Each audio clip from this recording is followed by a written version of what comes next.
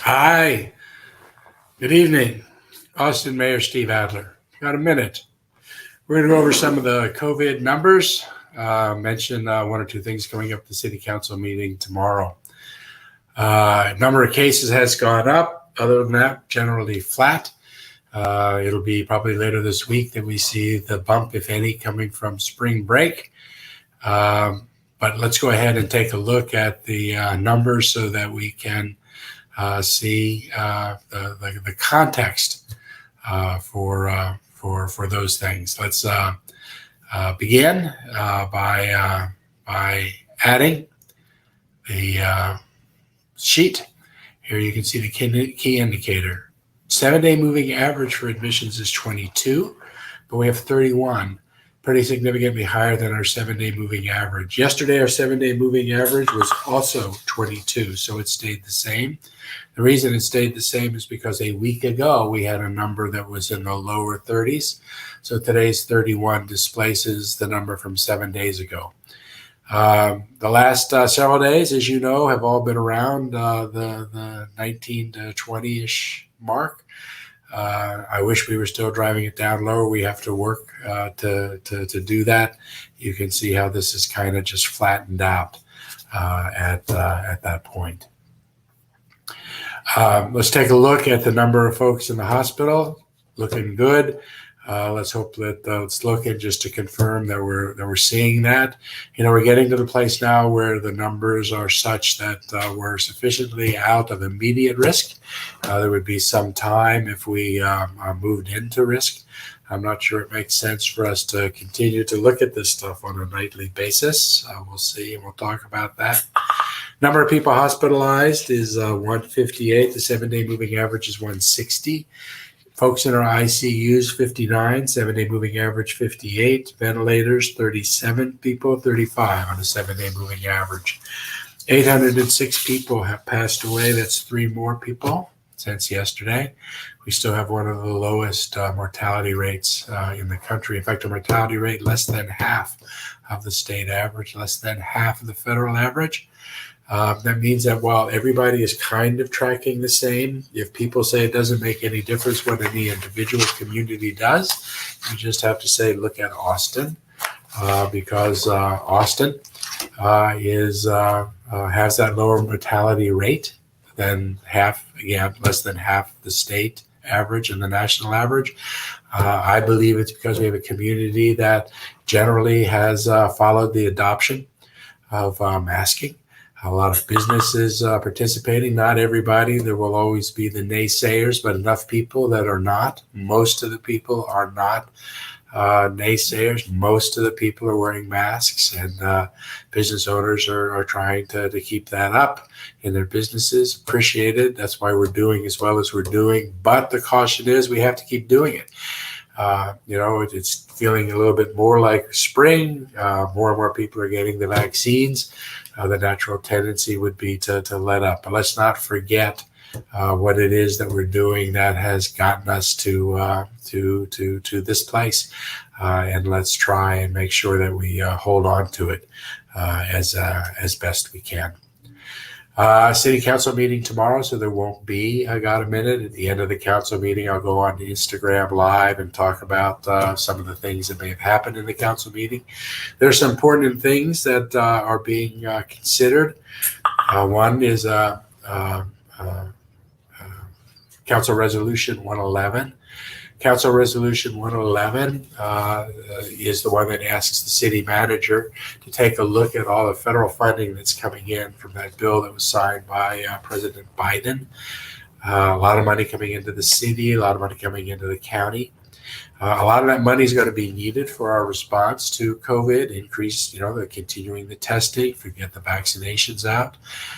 We still have isolation facilities available for people to control the spread when we see the virus so that it doesn't expand. You can do that better when the numbers come down. But when we put money against those things, when we put money against those bleeding wounds in our community, economic and otherwise, what if we took a lot of the money and really focused it on some of our most significant challenges, like maybe homelessness? What if we really set the goal of really focusing on that issue to put that challenge behind us? The timing's real good. There's a virtual 2-week, multi-week summit that's taking place right now. The Chamber of Commerce, the Downtown Austin Alliance, together with organizations that they've never really been able to agree with in the past, like the Austin Justice Coalition and Homes Not Handcuffs. An effort that's being led at this point by the community. Lynn Meredith chairing it. I'm just believing that at this moment in time, having people, just this wide cross section of the community, people working together that never have in the past, that in a couple of weeks, hopefully, we'll have a new and different path to be able to follow that will enable us to actually meet the homelessness challenge. And maybe we can actually use the money coming in from the federal government as the one silver lining of this virus to really invest in taking that challenge and moving it past us. The old policies, we know, the failed policies, we know that they don't work, and homelessness just grows. It just grows out of sight, out of our sight, until a challenge is so great that you just really can't do anything about it. That's what's happening in cities on the West Coast. But our challenge is still of a size we can do something about it. So we don't want to go back, but we know what we're doing right now is not working either. We see too many people in tents and too many encampments. There has got to be a better way than either of those two choices. I think the summit's going to be bringing it to the community. There are people who are working really hard, some really bright, smart people, cross-section, folks in the trenches. But item number 111 tomorrow asks the manager to take a look at, rather than parsing out this money in lots of different places to a lot of really valid needs, what happens if we focus on some really big institutional issues? Homelessness, mental health interventions, those kinds of things, maybe even childcare or workforce development, but just pick one or two or three or a limited number. I'm excited about that. Also in front of the council tomorrow is item number 37. Item number 37 is the city council considering directing the manager to move forward with another police cadet class. This is something that I support. I've been pushing for it since last fall. I think that the manager has proposed a blueprint at this point that has APD support that would have an orientation for new cadets in May, class starting in first week in June. And I hope that the council will pass that.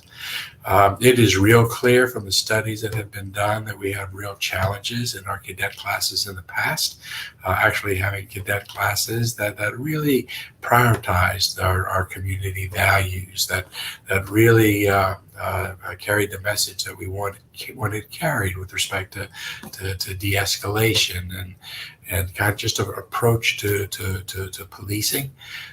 There were some elements of the curriculum that were outdated, that used videos that put too many folks of color in bad light in the scenes that were kind of set up.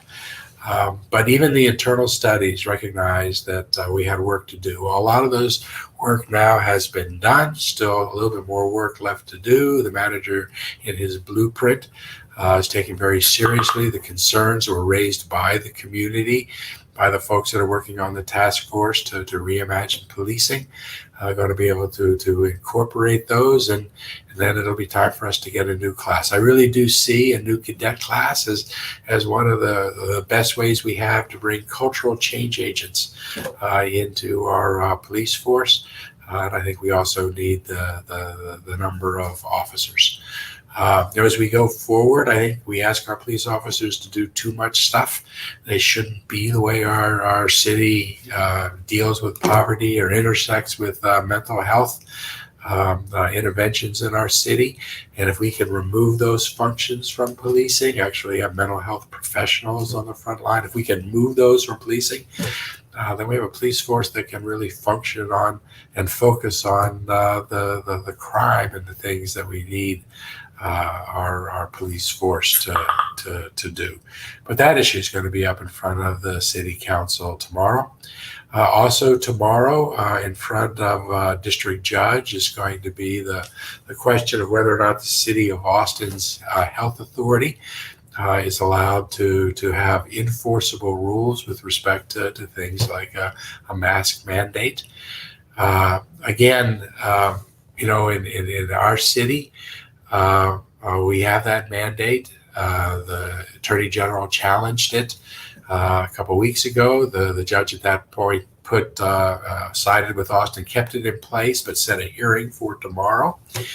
It's already a victory for us because that mask mandate was in place over the spring break. Every additional day that mandate is in place is a victory.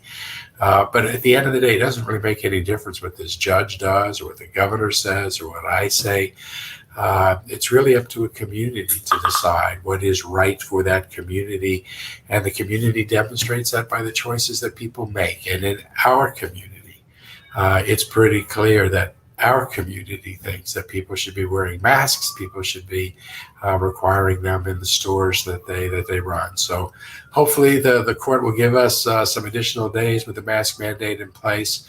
But regardless, it's something that we need to do, not because the judge says to do it, but because it's the governor says to do it or the health authority says to do it. We need to do it because it is the right thing. So an exciting day. The court hearing, like I said, was tomorrow. It's actually Friday. But these things are all happening within the next day or two. I'll report on Instagram tomorrow about the what happens at the city council meeting. With that, you all take care. Good night and be safe.